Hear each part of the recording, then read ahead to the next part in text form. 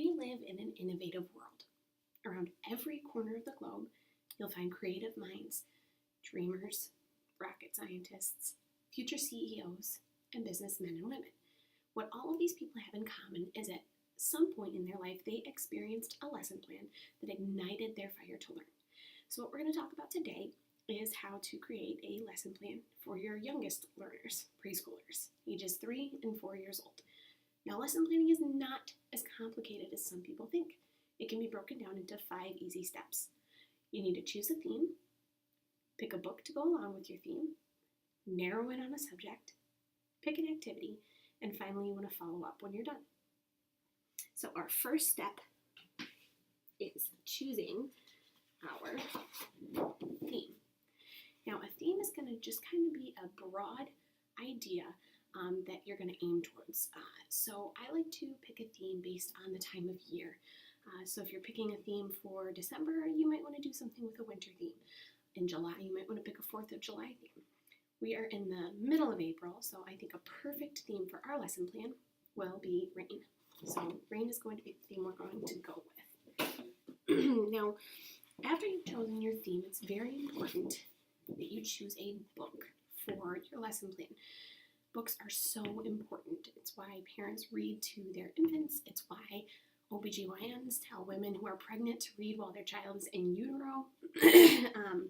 It's extremely important to choose a book because this is when you get kids most excited about reading and excited to learn.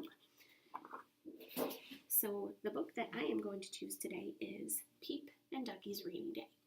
Now, one thing to remember is when you're choosing a book, obviously you want it to go along with your theme, but it's an added bonus if you can find underlying elements that are also teaching kids. So yes, this book is about 2 friends playing in the rain, but it's about friendship, and it's about being able to be creative outside without a grown-up having to tell you step by step what to do, without a screen being in front of you.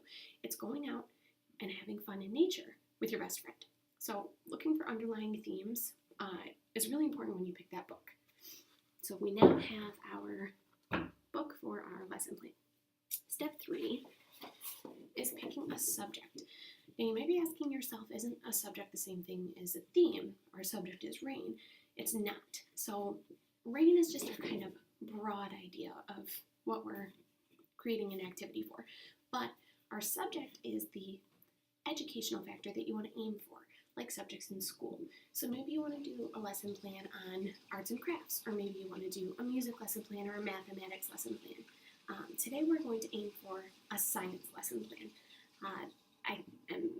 I love getting kids engaged in science and having fun experiments with them, so the subject that we're choosing for our lesson plan is science. So we have our broad theme of rain. We've chosen our book for our lesson plan. We're chosen to really engage and talk about a science lesson.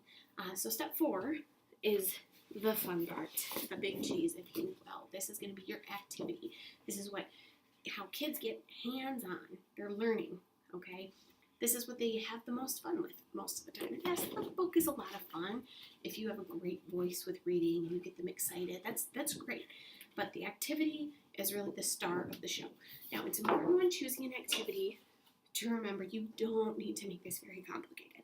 In fact, when you are working with a group of 3 and 4-year-olds, the more complicated it is, the bigger the chance of a mess, the bigger the chance of meltdowns. It's best to go as simple as possible. So we are doing a science experiment today having to do with our theme of rain.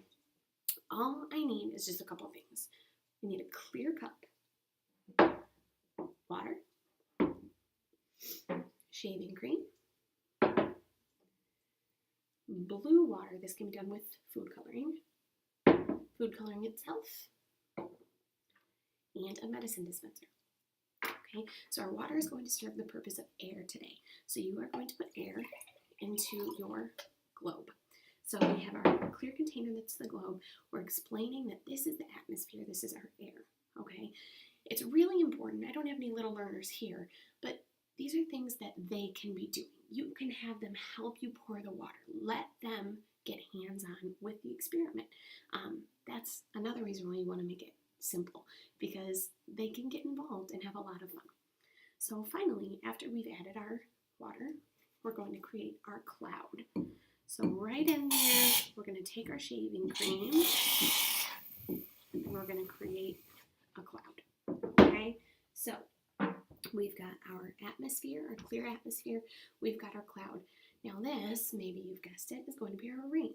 So you take your medicine dispenser, you fill it up with your rain, and then you're going to have the kids inject the cloud with that rain. And down the rain falls. Now, sometimes you can have hiccups in lesson plans. Maybe this water is a little bit too thin. The kids aren't really seeing it fall. That's why you always have your tools nearby. And you're able to use this to really put in certain drops of your food coloring so they can really see what it looks like when the rain begins to fall from the cloud. Okay, so our lesson plan has now involved a theme, a book, a science subject that we're narrowing in on. I got some food coloring on my hands. It happens. It's lesson planning. Sometimes you get a little bit messy with preschoolers. And we have our activity. So we're not done. They've done the activity. They're having a lot of fun. But the last part is following up. This is really important. This is helping kids process what they just learned. So why did we do this experiment? Like, why does this matter? Okay, you can ask questions to get their little minds moving. So you noticed a cloud in your experiment. Okay, was there a cloud in the book? Guess what? Those clouds are called cumulus clouds. That's what rain comes out of. Okay, so the follow-up is very important. It's very important to ignite a fire for learning when kids are young. If you take nothing more from this how-to video, it's igniting that fire to learn. Okay, it's not complicated. 5 easy steps to planning a lesson plan. Choosing a theme, choosing a book, narrowing in on a subject, choosing an activity, and following up. And yes, make it a little messy along the way. Thank you.